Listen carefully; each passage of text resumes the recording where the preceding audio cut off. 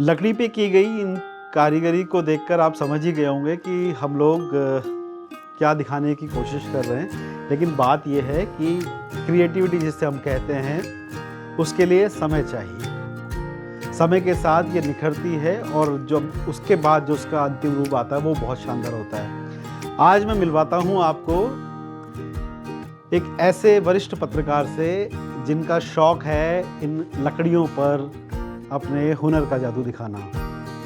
वैसे वो हिंदुस्तान मीडिया से जुड़े हुए हैं और राजनीतिक खबरों पर काम करते हैं, लेकिन ये उनका एक शौक़ है और यही शौक़ हमें उन तक ले आया है। उनसे बात करेंगे, उनसे जानेंगे कब ये शौक़ को उन्होंने जो है नई धार दी, कैसे काम किया, कैसे समय निकाल पाते हैं, क्योंकि पत्रकारिता भी फुल टाइम जॉब है। तो बात करते हैं विवेक मुसान से। तो हमारे साथ हैं विनोद मुसान। आप सब उनको खबरों के ज़रिए जानते हैं। आज उनसे बात करेंगे उनके इस क्रिएटिविटी के बारे में। तो विनोद भाई, ये जो लकड़ियों में कारीगरी का शौक़ आपको कैसे हुआ और कब आपको लगा कि यार अब मैं इसको थोड़ा सा एक नेक्स्ट लेवल पे ले जाता हूँ? सबसे पहले तो अर्जुन भाई आपका बहुत बहुत धन्यवाद। आपने मतलब मुझे इस लायक समझा कि हम इस विषय पर बात कर रहे हैं। और जैसा कि आपका पहला सवाल है कि ये काम किस तरह से जो है मैंने शुरू किया, तो अर्जुन भाई मैं ये मेरी बचपन की हॉबी है और ये कह सकते हैं एक तरह से गॉड गिफ्ट है या फिर प्रकृति प्रदत्त जिसको बोलते हैं। कुछ वैसे ही मुझे बचपन से इसका शौक़ रहा है।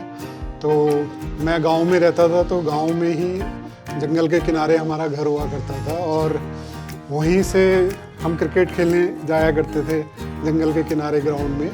तो मैं घर आते हुए जंगल से जो है कुछ लकड़ियाँ इस तरह की जड़ें जो प्राकृतिक रूप से एक आकार ली हुई होती थी उन्हें ले आता था और अपना खाली समय में उनमें थोड़ा बहुत ब्रश और जो कुछ मेरे पास औजार थे वो मैं चलाया करता था। और जब वो निखर कर वो चीज़ सामने आती थी तो मैं खुद हैरान रह जाता था कि यार मतलब क्या कितनी सुंदर चीज़ बन गई है। तो मेरे पिताजी ने देखा कि यार ये कुछ नया काम कर रहा है, तो वो मेरे लिए उस समय फिर कुछ औजार लेके आए थे जिनकी मदद से फिर मुझे और आगे और बेहतर करने के लिए कुछ अच्छे औजार मिल गए और वो काम धीरे धीरे आगे बढ़ता चला गया।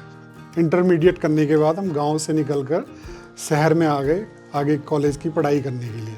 तो कॉलेज की पढ़ाई करने के लिए आ गए तो वो सारा काम भी वहीं छूट गया, हथियार भी वहीं छूट गए और हम अपनी पढ़ाई में मग्न हो गए। उसके बाद ज़िंदगी की गाड़ी धीरे धीरे आगे बढ़ती गई और हम अपना पढ़ाई के साथ जो है फ़ोटोग्राफ़ी और जो फ़ोटोग्राफ़ी से होते होते धीरे धीरे कैरियर में भी जो है मीडिया लाइन में आ गए। फिर शादी हो गई, बच्चे हो गए, फिर सब उनकी परवरिश और वो सब में लग गए। तो ये अपना एक आर्ट जो है बहुत पीछे छूट गई थी।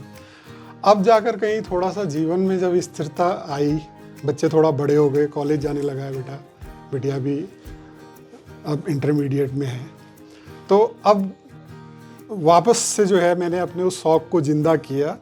और अब फिर से मैं आप देख ही रहे हैं कि अभी बहुत इस लेवल को हाई लेवल नहीं कह सकते, लेकिन एक लेवल तक फिर भी मैं इसको ले आया हूँ और कुछ चीज़ें मैंने बनानी शुरू की हैं जिसको धीरे धीरे आगे चल के हम और बड़े स्तर पे ले जाएंगे। तो वैसे आप ये शौकिया तौर पे करते हैं क्योंकि आपका एक शौक़ है, लेकिन क्या इसको प्रोफेशनली भी आगे ले जाने का सोच रहे हैं? अर्जुन भाई, मैंने अभी ऐसा सोचा नहीं है, लेकिन बहुत सारे मित्र मुझे जो है सलाह देते हैं कि विनोद भाई आप इतनी मेहनत करते हो तो क्यों नहीं इसको आप सेल आउट करते हो। तो हो सकता है मैं भविष्य में कोई मतलब वेबसाइट बना करके या फिर कुछ इस बारे में बहुत ज़्यादा डिटेलिंग में अभी मैंने सोचा नहीं है, लेकिन इस बारे में सोचा जा सकता है क्योंकि इस काम में जो है काफ़ी मतलब खर्च भी लगता ही है। भाई औजार लाने हैं, कुछ मशीनें लानी है, आपकी पॉलिश आती है, मतलब खर्चा होता है कुल मिला के। तो अगर हम इसको कमाई का जरिया ना भी बनाएं तो ऐसा तो कर ही सकते हैं कि भाई जो इसमें खर्च लग रहा है वो इसी से आ जाए। एक चीज़ देखी मैंने, आपने अपने घर में भी अपने उस शौक़ को बहुत जगह जो कहते हैं ना संजो के रखा हुआ है। दरवाजों पे मैं देख रहा हूँ कि आपने जैसे हैंडल है लकड़ी का, वो शायद आप ही का बनाया हुआ है, डिजाइन आप ही ने किया है उसको। तो इस तरह की चीजें आपने यहाँ पे बहुत सारी की हुई। जी।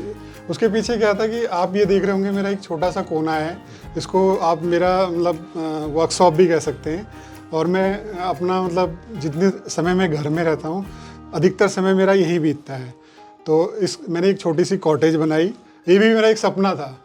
गांव में हम पहले कभी कॉटेज में ही रहते थे, जो कच्चे मकान होते थे तो उसको अगर आज के उसमें कहेंगे तो वो कॉटेज ही थी। तो वो कॉटेज कहीं ना कहीं मतलब दिमाग में थी कि हम भले ही शहर में रहते हैं, तो मैंने अपनी घर की छत में एक छोटी सी कॉटेज बनाई और उसमें कोशिश ये की है कि वो गांव वाला एक लुक आ जाए, या फिर प्रकृति से हम कैसे जुड़ाव महसूस करें, उस चीज़ को मैंने लाने की कोशिश की है। कि जैसे मैंने दीवारों पे प्लास्टर नहीं किया है और दीवारों पे इन्हीं लकड़ियों से मैंने दीवारों को सजाया है। अगर मैंने उसमें क्या कहते हैं दरवाजे की जो बेडिंग होती है, तो वो बेडिंग की भी मैंने एक थीम सोचते हुए उसको भी प्राकृतिक रूप से इन्हीं लकड़ियों से सजाया है। और इस काम में मेरी वाइफ कृष्णा मुसान, उसने मुझे हमेशा हेल्प की है, तो मैंने उसको भी खुश करना था, तो इस कॉटेज का नाम ही कृष्णा कॉटेज रख दिया है। तो मेरे यार मित्रों में, दोस्तों में, सगे संबंधियों में ये कृष्णा कॉटेज मतलब आज की डेट में काफ़ी फेमस हो चुकी है। तो एक चीज़ और, रॉ मटेरियल, एक तो आपने बताया कि आप जाते हैं जो आपको दिखता है वो, क्या ऐसा भी है कि कुछ लोग भी आपको कंट्रीब्यूट करते हैं कि भाई ये कुछ हमें अतरंगा सा स्ट्रक्चर दिख रहा है, इस पे देखिए कुछ हो सकता है? बिल्कुल आपने सही कहा। मैं जैसा आप देखते होंगे कि मैं मतलब अपना कभी कभी थोड़ा बहुत फेसबुक में भी ये डालता रहता हूँ। तो ऐसा मेरे साथ एक नहीं 2-3 बार हो चुका है कि जो मेरे फेसबुक के मित्र थे वो मेरे लिए एक बार तो एक बिष्ट जी हैं, वो हरिद्वार में रहते हैं और वहाँ जॉब करते हैं। तो वो सुबह मॉर्निंग वॉक पे जाते हैं और उन्होंने धीरे धीरे काफ़ी कलेक्शन अपने घर में इकट्ठा कर रखा था। तो अचानक एक दिन पहले उन्होंने फेसबुक से मुझसे नंबर लिया और फिर अचानक एक दिन उनका फ़ोन आ गया कि विनोद भाई आपके लिए मैं कुछ गिफ्ट लाया हूँ। तो मतलब उतने सज्जन व्यक्ति थे कि वो दिवाली से ठीक एक दिन पहले मेरे घर आए थे और बीस जी जो है कट्टे में भर के खूब सारा मेरे लिए रॉ मटेरियल लेके आए, साथ में मिठाई का डब्बा भी लेके आए। और मतलब मैं उनको चाय भी नहीं पिला पाया उस दिन, इतनी जल्दबाजी में थे कि चाय भी नहीं पी गए। तो ऐसे और भी कई मित्र हैं, जब मैं कभी कहीं जाता हूँ तो पहले से मेरे लिए रख के रखते हैं कि हमने आपके लिए कुछ रखा है। तो इसी में मुझे मतलब अपने आप में एक मतलब खुशी मिलती है कि लोग मतलब ध्यान रखते हैं कि यार ये चीज़ है और ये सही आदमी तक पहुँच जाए, वो इसका कुछ ना कुछ कर देगा। तो ऐसा मतलब अक्सर होता है। पत्रकारिता में सबसे जो ज़्यादा जो दिक्कत आती है वो ये आती है कि हमारे पास समय बहुत सीमित होता है। सुबह फील्ड में जाना, फिर शाम को स्टोरी फाइल करना, फिर रात में आना। घर वालों की ये शिकायत नहीं होती कि आपका मैक्सिमम समय से जो थोड़ा सा समय उसको भी आप जो है ये जो वुड वेस्ट है उससे वंडर करने में बिता रहे हो और हमारे को टाइम नहीं दे रहे। क्या ये शिकायत आती है? अभी तो हम मतलब जब अभी ये इंटरव्यू चल रहा है तो मेरी पत्नी भी इसको देख रही होंगी, तो आपने उनके मन का सवाल पूछ लिया। जी। तो उनकी हालांकि शिकायत रहती है कि भाई आप जितनी देर घर में रहते हो उसमें सबसे ज़्यादा समय आप इन्हीं के साथ व्यतीत करते हो। लेकिन वो फिर भी मतलब मुझे एक तरह से प्रमोट ही करती है कि आप कर लो, घर में ऐसा कोई काम जो मेरे हाथ का काम होता है मैं कर ही लेता हूँ। तो बावजूद इसके जो है ये बड़ा मुश्किल होता है समय निकालना कि आप जो पत्रकारों का हमारा जो काम होता है वो बहुत मतलब सेंसिटिव वर्क तो है ही, लेकिन उसमें हमें बहुत डेडिकेशन के साथ जो है जुटना पड़ता है। कोई मतलब कोई टाइमिंग नहीं होती 10 से 5 की कि आपकी 10 से 5 की जॉब है। सुबह जब हम उठते हैं तभी से शुरू हो जाते हैं और रात देर तक जब तक सोते नहीं हैं तब तक वो सब चलता रहता है। कहीं से खबरें आ रही हैं, कहीं से सूचनाएं आ रही हैं, कहीं मतलब ये सब चलता रहता है। ये हमारे पार्ट ऑफ जॉब है। लेकिन उसी के बीच में इसके लिए समय निकालना होता है। कई बार सुबह के समय 1 घंटा बैठ गए, कई बार तो जैसे मेरी अगले दिन छुट्टी होती है तो उस दिन रात को मैं अक्सर रात को 2 बजे 3 बजे तक इनके साथ बैठा रहता हूँ और अपने काम में लगा रहता हूँ। और अर्जुन भाई आप यकीन नहीं करेंगे कि कब घंटे मिनट घंटे कब मतलब समय निकल जाता है पता ही नहीं लगता। ये मतलब इतना जब आप किसी काम को करते हैं डूब के ना क्रिएटिविटी, तो वो समय फिर पता नहीं लगता उसमें कि समय कब निकल गया। एक सवाल मेरा आपसे है, आजकल ना सोशल मीडिया का ज़माना है, लोगों का स्क्रीन टाइम बढ़ गया है या फिर वो तनाव में है जॉब की वजह से, तो ऐसे लोगों को आप क्या कहना चाहेंगे? और ख़ासकर तब जब इस तरह के काम आपको एक तो स्ट्रेस से फ्री होने का एक अवसर देते हैं और जो नई जनरेशन है जो हम देख रहे हैं ना, स्क्रीन टाइम बढ़ गया, बच्चे घंटे घंटों फ़ोन देखते रहते हैं, उसका हासिल कुछ नहीं है, उनसे कुछ कहना चाहेंगे? हाँ अर्जुन भाई, ये बहुत इम्पोर्टेंट सवाल है आज की डेट में। हो क्या रहा है कि जब से मोबाइल आया खास करके, तो हम लोगों की ज़िंदगी जो है मोबाइल के इर्द गिर्द ही घूम रही है और उसी के अंदर कैद होकर रह गई। चाहे वो बच्चे हों, बड़े हों या फिर बूढ़े हों, सब ने अपना जो है बहुत बेशकीमती समय हम फ़ोन पे बर्बाद कर रहे हैं। तो मैं आपके इस कार्यक्रम के माध्यम से सभी मित्रों से, देखने वालों से ये बात कहना चाहूँगा, सबके अंदर कुछ ना कुछ हुनर ज़रूर छिपा होता है। तो आप भी अपने अंदर के हुनर को पहचानिए, उसे समय दीजिए और यकीनन आपकी ज़िंदगी बदल जाएगी। वो मैं इसलिए भी कह रहा हूँ कि हमारी आज की भागती दौड़ती हुई ज़िंदगी में इतना स्ट्रेस है अर्जुन भाई कि अगर वो आप उसको इस तरह से बाहर नहीं निकालोगे ना, तो वो जमा होता रहता है और फिर वो किसी दिन किसी घटना के रूप में फट पड़ता है। वो घटना आप किसी की गाड़ी ठोक कर हो सकती है, अपने घर में झगड़ा करके हो सकती है, बच्चों को पीट करके हो सकती है। ऐसे मामले तमाम देखने को। मेरे कहने का मतलब है कि जो आपकी हॉबी है उसको पहचानिए और उसे बाहर निकालिए। ये आप जब आप अपनी हॉबी का कोई भी काम करते हैं ना, तो आपका सारा स्ट्रेस वो हॉबी आप अपने अंदर ले लेती है।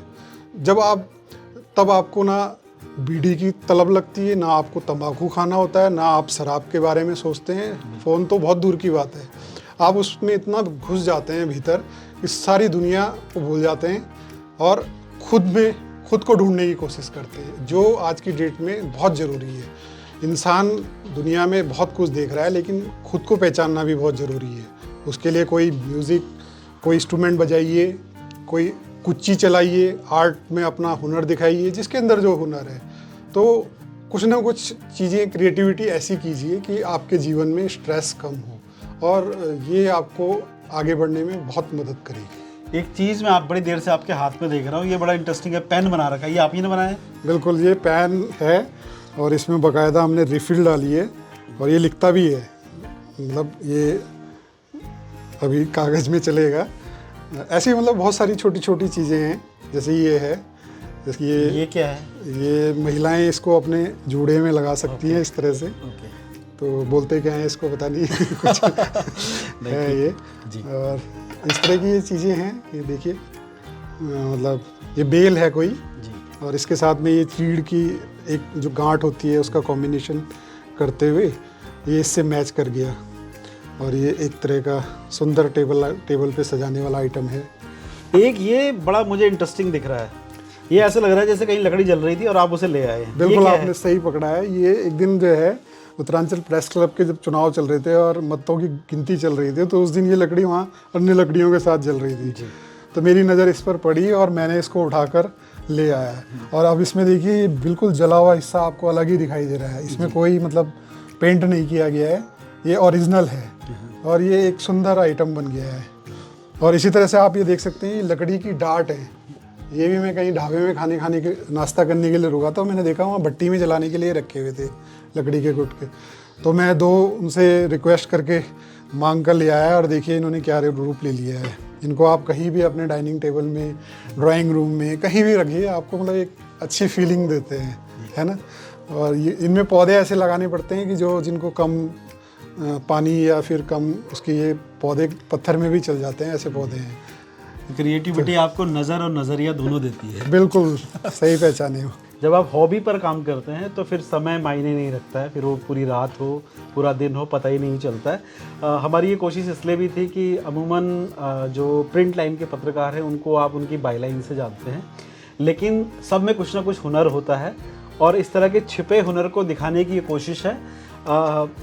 ना सिर्फ पत्रकार, अगर कोई भी आप में से जो लोग देख रहे हैं, अगर उनमें कुछ ऐसा हुनर है जो आपको लगता है कि यार ये मेरा टैलेंट है और दुनिया देखे इसको, तो हमें आप लिख भी सकते हैं। तीरंदाज लाइव हमारा जो फेसबुक पेज है, यूट्यूब चैनल है, आप हमें वहाँ लिखिए, मैसेज कीजिए, हम आप तक भी पहुँचेंगे। और विनोद भाई का जो ये शानदार काम है, इसको देख के ये तो लग गया है कि देखिए हुनर आपको प्रकृति देती है, आपको उसको निखारना होता है। तीरंदाज में आज इतना ही। बाकी हमें फॉलो कीजिए, सब्सक्राइब कीजिए।